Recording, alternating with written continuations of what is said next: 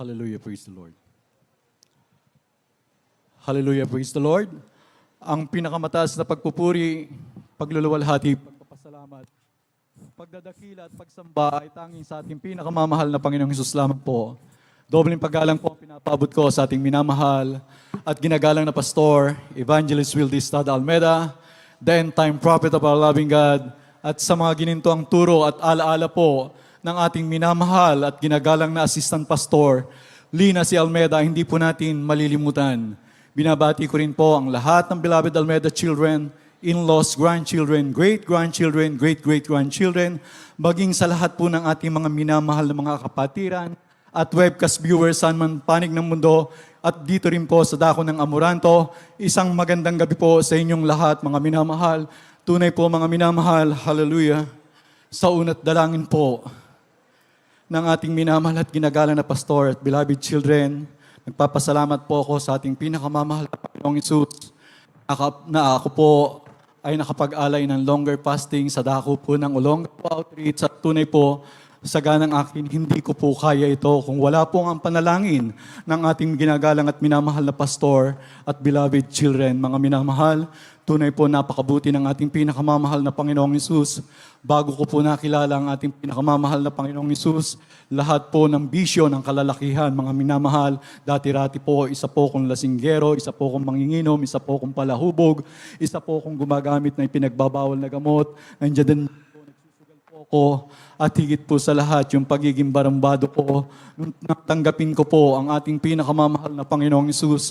That was April 19, 1983 sa dako ng Plaza Loton. Isang krusada po ang naganap doon. Mga minamahal, tunay po mga minamahal, unti-unti po akong binago ng ating pinakamamahal na Panginoong Hesus. Hallelujah.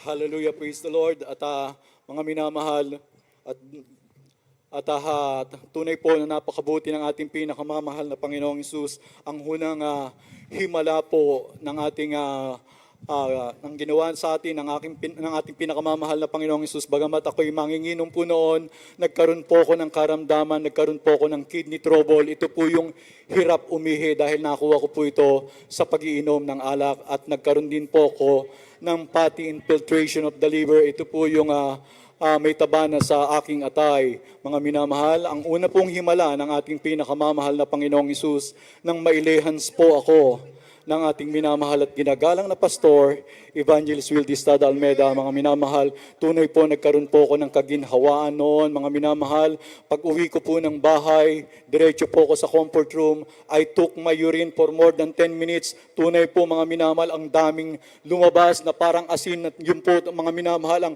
himala ng ating pinakamamahal na Panginoong Hesus. Nakaginhawa po ko at nang mabautismuhan po ko sa pangalan ng ating pinakamamahal na Panginoong Hesus.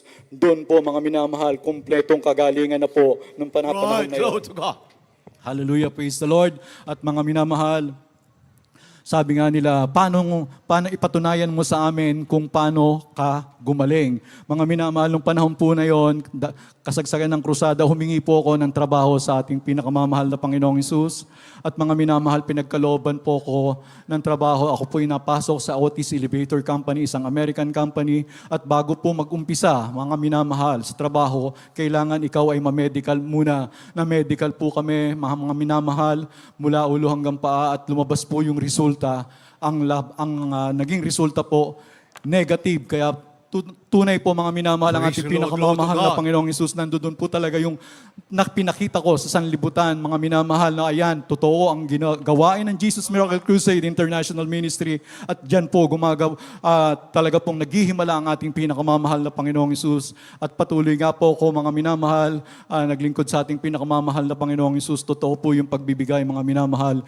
Yung unang buwan na sahod ko noon, nagtatrabaho po ko dyan sa Otis Elevator Company, ipinagkaloob ko po yung unang isang buwan niya. Ito po yung tinatawag na first love offering po natin sa ating pinakamamahal na Panginoong Hesus. Ang himala na naman po ng ating pinakamamahal na Panginoong Hesus.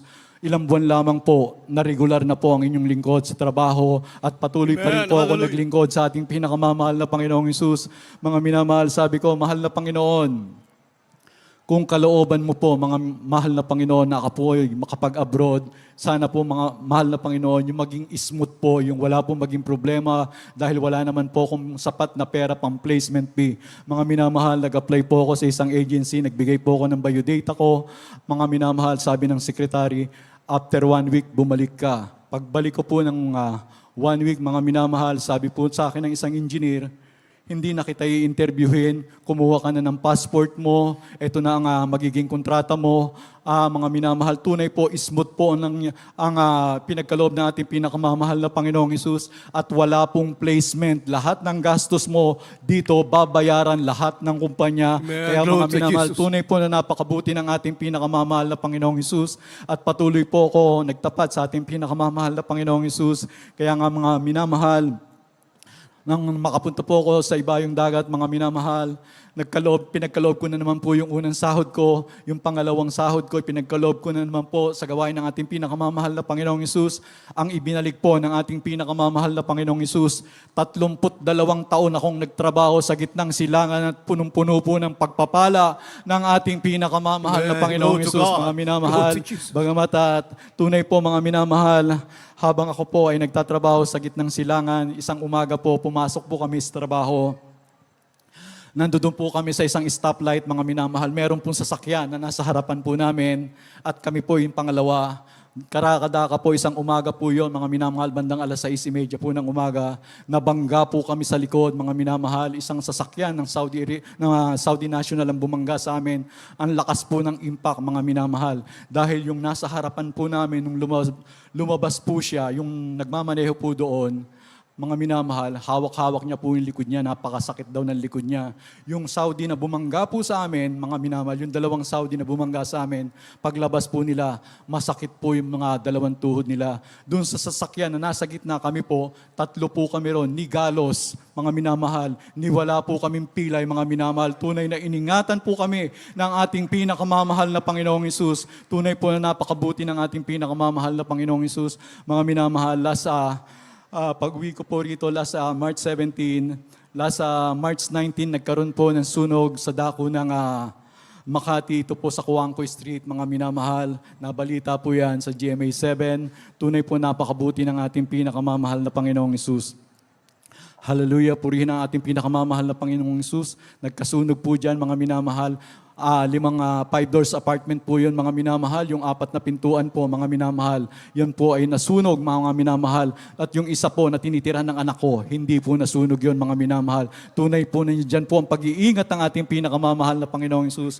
Mga minamahal, habang ang ako ay patuloy na naglilingkod, nagtatapat sa ating pinakamamahal na Panginoong Hesus. Mga minamahal, nag-umpisa po kami, mga minamahal, ng pinagpala ng ating pinakamamahal na Panginoong Hesus.